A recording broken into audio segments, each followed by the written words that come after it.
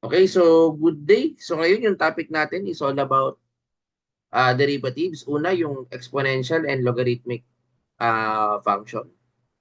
So, discuss ko muna yung formula. So, itong exponential function, a is a constant, no? Then u is a variable. So, halimbawa lang, no? Pinapa-derivative sa atin yung derivative ng 4 raised to 2x. Okay, gamit ang formulang ito, kailangan alamin mo muna yung u, which is the 2x, and the derivative nito, which is the 2 dx, no?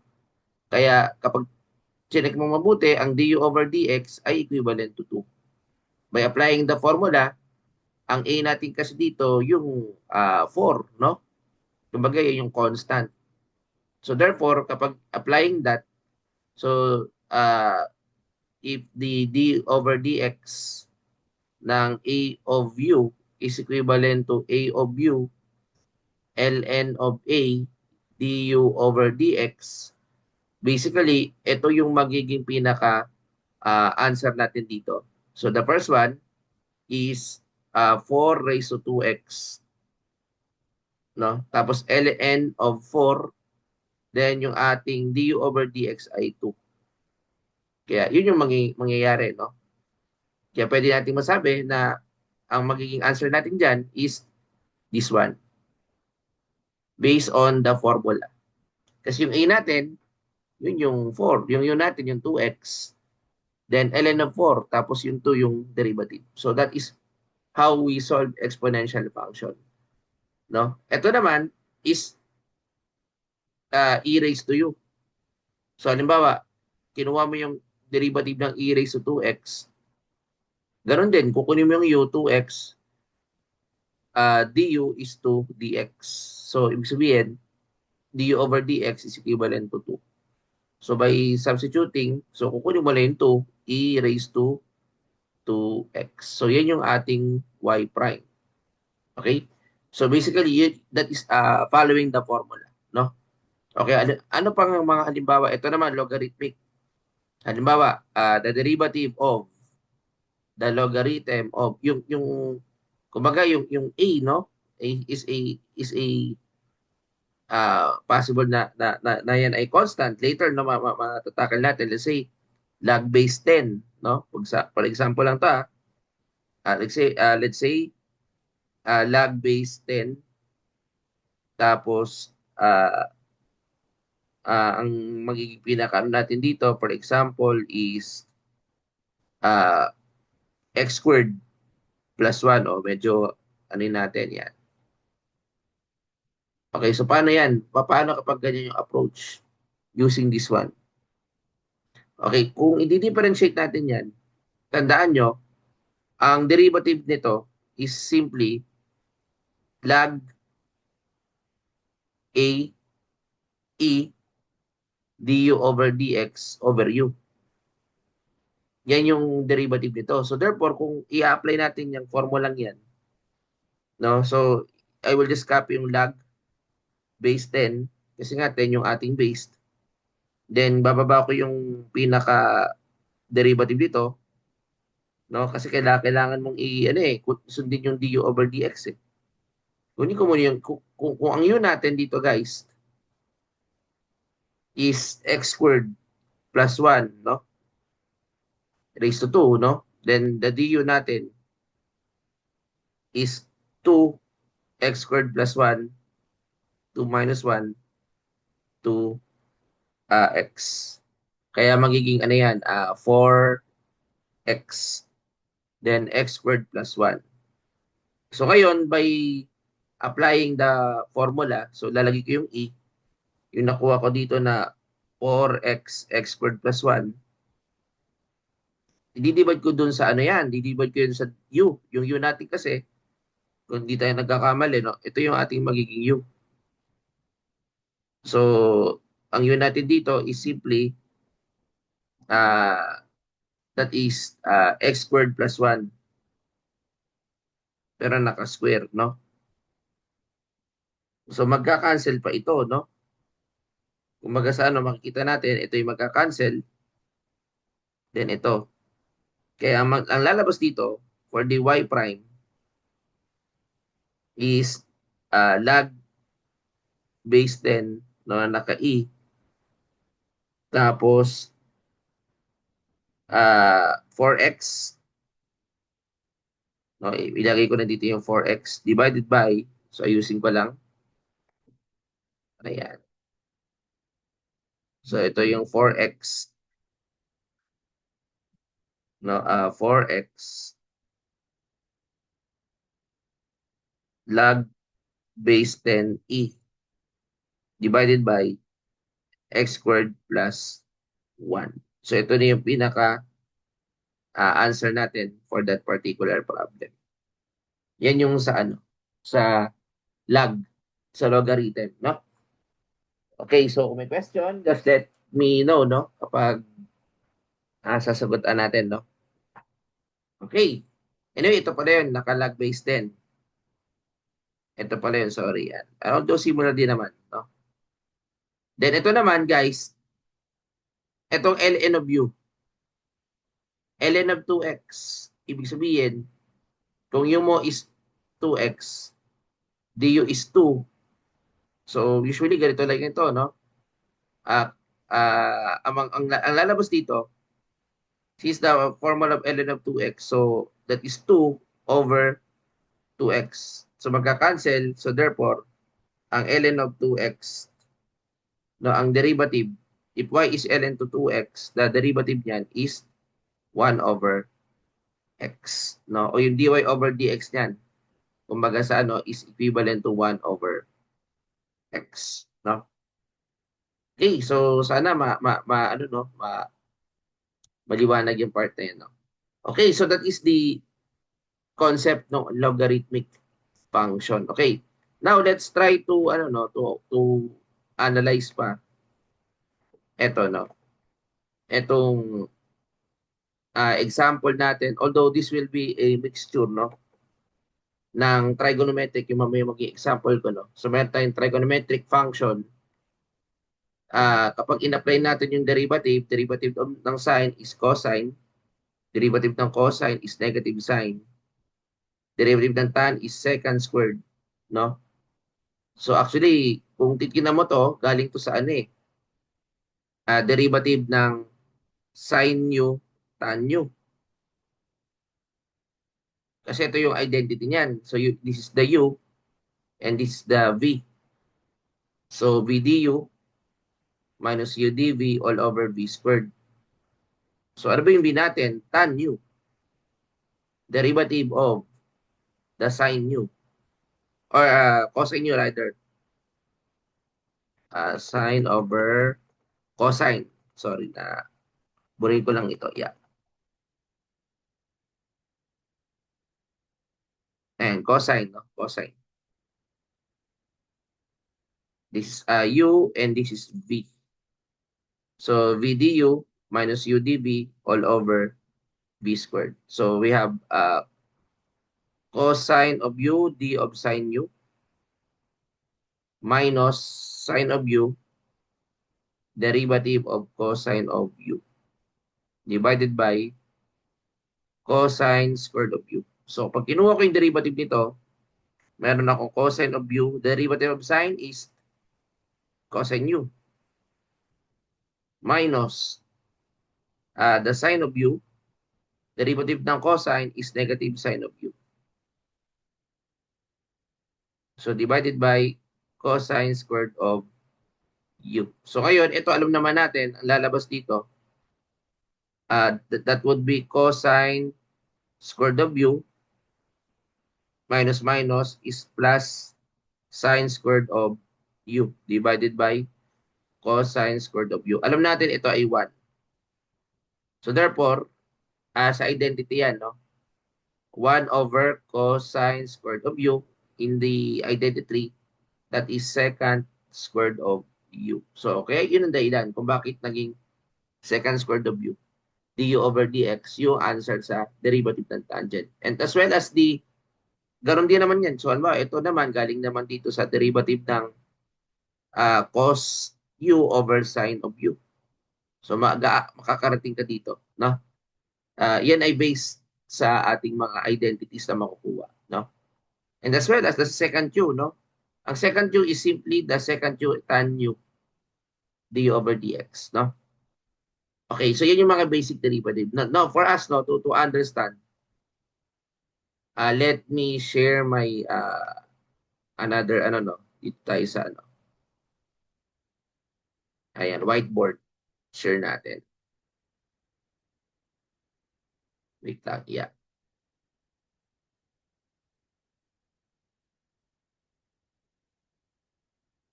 Okay. So I hope ito ay, ano, no.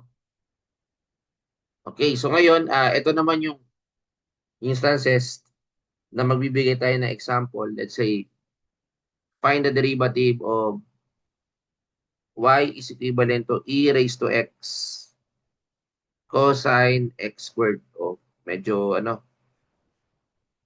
halong, ano yan, halong exponential. So, gagamit ako dito ng product rule. This is the u, this is the v. So, e raised to x, the derivative of cosine x squared, no, plus cosine x squared, the derivative of e raised to x. So, kukopihin ko lang ito, basically, e raised to x. Ang derivative ng cosine x squared, alam naman natin, kapag ganyan, nililet yun natin. Diba? So, nililet yun natin, no? U is equivalent to x squared du 2x dx. No? Kaya kapag kinuha ko yung derivative ng cosine, automatically, that is, meron akong negative 2, tapos sine of x squared, no? Now, dito, kukopihin ko lang yung cosine x squared, pero yung derivative ng x is simply e raised to x. Kaya therefore, ang magiging sagot natin dito, kapag sinimplify natin, okay, this will become e raised to x cosine x squared, ayusin natin, no? Minus, uh, hindi ako nagkakamali, that would be, ito ay 2x pala, no? 2x. That is 2x sine of x squared, no? Na may e raised to x pa. So actually, pwede kong ano, kung gusto natin i-simplify, pwede kong ihiwala yung e raised to x. That is cosine x squared minus 2x sine of x squared. So ito na yung answer for that particular problem. No, yan yung sa derivative. Okay? O ano pa example? O y is equivalent to second x squared plus 2. So basically, ano ba ang pinaka-formula natin dito? Tandaan nyo, ang derivative ng second of x is equivalent to second of x tangent of x. So if u is x squared plus 2, okay, the derivative is 2x dx. Okay. So pag kinuha ko yung du ko, kumbaga sa ano, kapag nakita natin dito, no, yung aking du, is we will be applying the principle pa rin naman, no? So, kumbaga sa ano, yung pa rin naman, pero meron tayong x squared plus 2. So, apply lang natin, the y prime is second uh, x squared plus 2, then tangent x squared plus 2. Pero dito, i-multiply natin yung 2x na nakuha natin, no? As ano natin, no? Ngayon, ano yung magiging sagot? So that would be y prime is 2x. Ito na yon, second x squared plus 2 tangent x squared plus 2. Ayan. So basically, yan yung ating gagawin, no? For the derivative, no? Okay, so bigay pa tayo ng example, no? Na magagamit natin yung ating mga derivatives. Okay? Okay, so hanap ako ng isang example. Okay, halimbawa ito, derivative of y is, ito ano to, mga trigonometric. Sige, another example. Ito sa next page.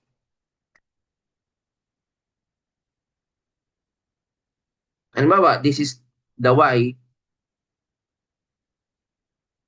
then 2 cosine of x squared plus 2. Okay, kapag ganyan, ang cosine squared of theta, kasi kapag ganito guys, na naka-squared, alam natin, ang cosine squared of theta, sa ano yun, yung mga naka, ano, square, no? Is equivalent to 1 plus cos 2 theta divided by 2. So, meron tayong identity ganyan, no? So, ngayon, dahil meron tayong identity ganyan, since ang inahanap natin, no, cosine squared of x squared plus 2, pwede ko masabi na yan ay equivalent to 1 plus, kasi kung ano, i-apply natin to cosine, uh, cosine 2x squared plus 2. Kumbaga sa ano, yan yung ginamit ko, divided by 2. So, tinranspose ko yun dito, no? Okay, now, kapag sinimplify pa natin, kung hindi ako nagkakamali, ito ay magiging 1 plus cosine 2x squared, no? At ito naman ay 4, no? So, then ito ay 2. Now, since this is the part, no? Pwede ko masabi na ito kasing 1, para mabuo ko, pwede kong ilabas yung 2. So, take note of this, no? Halimbawa, lalagyan ko ng 1 plus cosine. Balik tayo dito sa ano, no, na may cosine 2, no? 2x squared plus 4 divided by 2, no? So, tingnan nito guys, no? Okay, kapag ginito ko siya, iba ko lang yan. Kapag ano, binalik ko siya, babalik siya sa ano. Equivalent kasi dito sa ano yan sa eto 2, 1 pa rin to plus kumbaga sa ano, mahati yung ano, 2 over 2, 1 half. So babalik ka pa rin dun sa ano, babalik ka pa rin sa cosine 2x squared over 4. So gumawa tayo ng paraan, no, para kumbaga sa ano, ma-solve natin yung problem, no? Okay, so yun yung ginawa natin paraan, nilabas natin yung 2, no? Okay. So ngayon, dahil nakalabas na yung 2, masasabi ko na ito ay mag-equivalent to 1 plus cosine 2x squared plus 4 based doon sa ating naging equation. So ngayon, ito yung kukunin ko ngayon ng derivative. Mas madaling kunin ng derivative ito. Itong 1 plus cosine 2x squared plus 4, which is ito 0 na ito. Ang derivative ng cosine, at alam naman natin, u 2x squared plus 4, the derivative is 4x dx. Okay, 4x dx, no?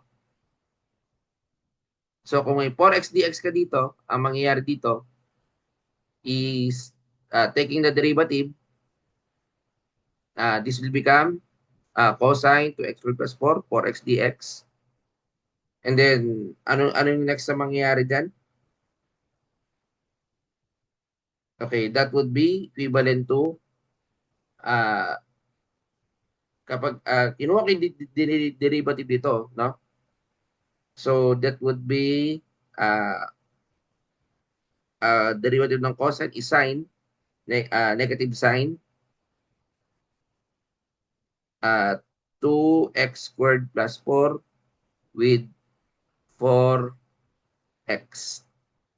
Kaya kapag finalize ko na to, ito na yung magiging final answer niya. Negative 4x sine of 2x squared plus 4. So ito na yung pinaka-answer. Okay, so yan yung halimbawa no ng pagkuha ng ating may mga identity. No? At ito kasi pag ganito mahirap i-solve pero dahil alam mo yung identity, pwede mo na siya ma-substitute, no? Okay? So I hope na yan ay maliwanag dyan sa part na yan, no? Okay. So that is the uh, pero dito guys, no, kung titingnan pa natin, parang po pwede pa, no? Parang po pwede pa nating i-simplify kasi may tinatawag tayo na ito ay ano nga pala ito, double angle identity ito. So, kung di ako nagkakamali, kapag kinuha mo yung derivative nito, ito ay negative sine 4x. So, negative 4x sine, meron ka pa atang 2 dito, tama? Meron pa tayong 2, no? So, need natin, may 2 pa to.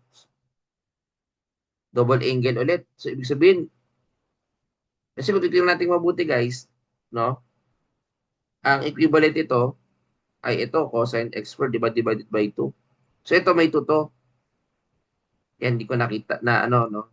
So, kailangan may 2 pa rin to. So, double angle, ang sine 2 theta is 2 sine theta cosine theta. So, ibig sabihin, pwede nating i-substitute yung y, negative 4x, 2, pwede ko ilagay dito, no? Cos uh, x squared over 2. Kung ihiwalay ko kasi yung 2, ganito yung guys para maintindihan nyo, no? I-ano ko medyo ulitin lang natin ng konti. Yan. I-ano ko lang erase ko lang ito. I-ano ko lang yung mas madaling paraan.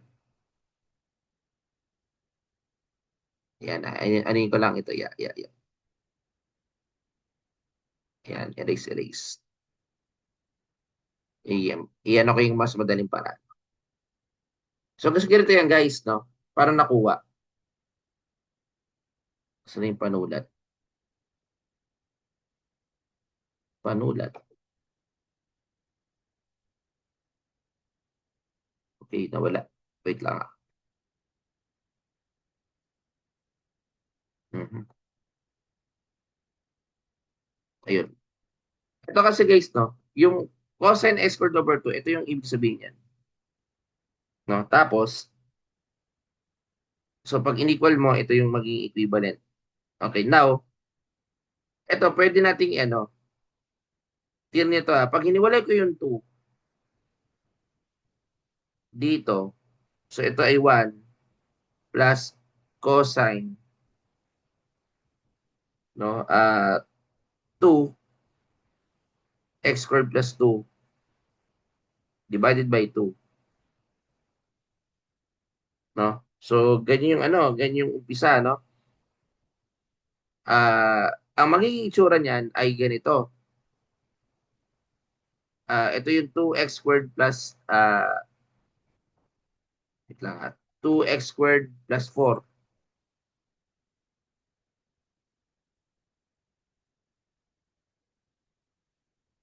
Okay, divided by 2. So saan nanggaling yan, no? Okay, kapag chinik mo mabuti, ito, so 2 times 1 over 2.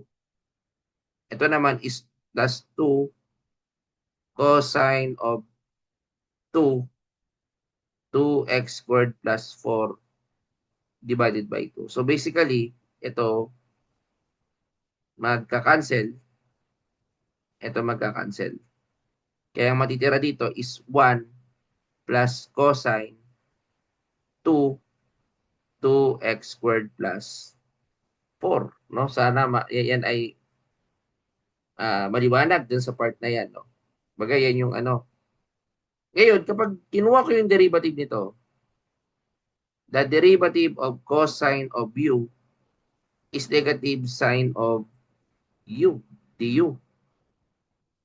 So if u is equivalent to 2x squared plus 4, therefore the derivative is 4x, no? Yan yung aking magiging derivative. Kaya kapag in-apply ko na yung pinaka-formula natin, the y prime, kasi ito, 0 naman to. Pero ito, derivative dito is negative sign. Negative sign, no? Pero take note of this, guys, no? Negative sign yan. Pero naka 2 ka pa rin dyan. Kumaga sa ano, naka, ano ka pa rin, no? Naka 2x squared plus 2, no? So ito na yon. Kasi ito, pag multiply mo, magiging 2x squared 2 plus 4. Dito galing yan. Iniwalay lang natin. So nilabas ko yung ano, no? Ayan. So ginanito ko, no? Ginanito ko siya. Okay. Ngayon, dahil nakalagay siya dyan, meron ka pa ditong 4x. Kasi ito, double angle identity. Kasi ang katumbas ito, theta. Itong ano, ang katumbas ito, imagine nyo, no? Ah, ang sin 2 theta, yung theta na yon, yun yung x squared plus 2. Equivalent to 2 sine of theta, cosine of theta. So, kailangan natin simplify. No? So, paano yun? No? So, usually, kapag ganyan, lalabas ko muna yung 4x, negative 4x. Tapos, i-apply ko yung 2 sine of x squared cosine of x squared plus 2. Okay. So, ngayon, nakaganito siya. No? Kaya kapag chinek ko mabuti, o kaya pag sinimplify natin, ang magiging pinaka-final answer niyan ay ito na. Gumamit tayo kasi ng double angle identity. No? Negative 8x cosine x squared plus 2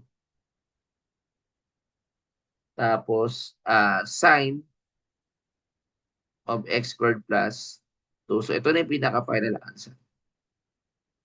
Although ito tama naman, pero mas simplified to kasi ito yung naka-double angle. Kumbaga parang naka-simplified form. Yan yung example dun sa part na yan. So ayun, yan ay naintindihan, yung part na yan na ating example, no? Okay. Sige. So ngayon, last siguro, no? Yan ako lang ito.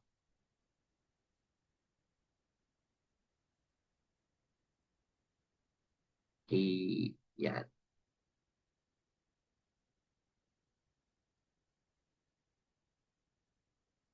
Halimbawa, y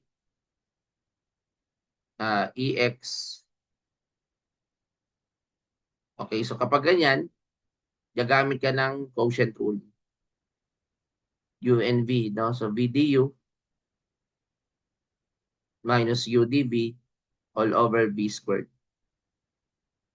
So itong E x minus 1, i-derivative ko sa E raised to x plus 1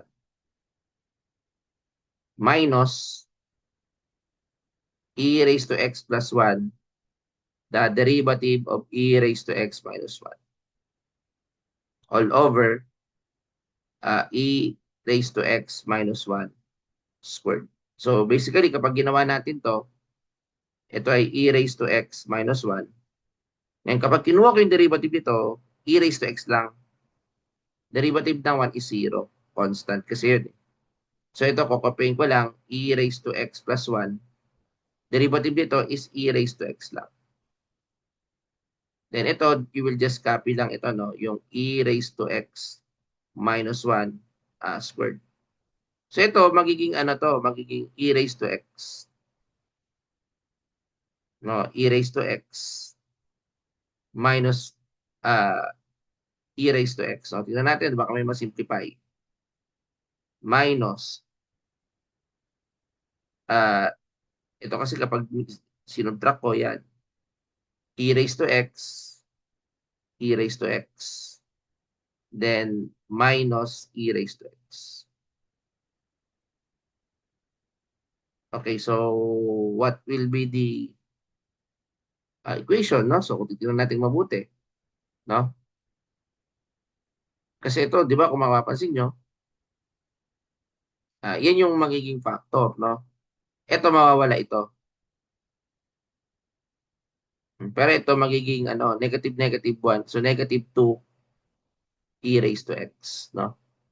Divided by yung ating e raised to x minus 1 squared. So, therefore, our y prime is negative 2 e raised to x all over e raised to x minus 1 squared. So, ito na yung pinaka-final answer for that particular exponent.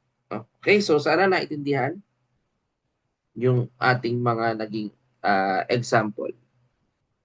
Okay? Sige. So, last siguro, last. O, isa pa, no? Hanggang sa talagang maintindihan talaga. Okay, halimbawa ito, y is equivalent to x squared e raised to x. O, x squared, ano yung product rule ang gagamitin natin? Use product rule. So, x squared d e raised to x plus e raised to x d x squared. So, ito magiging x squared, kukopihin mo lang yung e raised to x. Okay, plus e raised to x. That would be 2x. So ngayon, kapag kinuha natin yung magiging pinaka answer natin dito, pwede ko masabi na ito ay y to the prime is equivalent to x squared e raised to x plus 2x e raised to x. O pwede na answer ito. That would be the final answer. So I hope naintindihan yung mga examples. For more examples, just let me know para lalo pa nating makapagbigay tayo, paki-like, share and subscribe. So thank you and God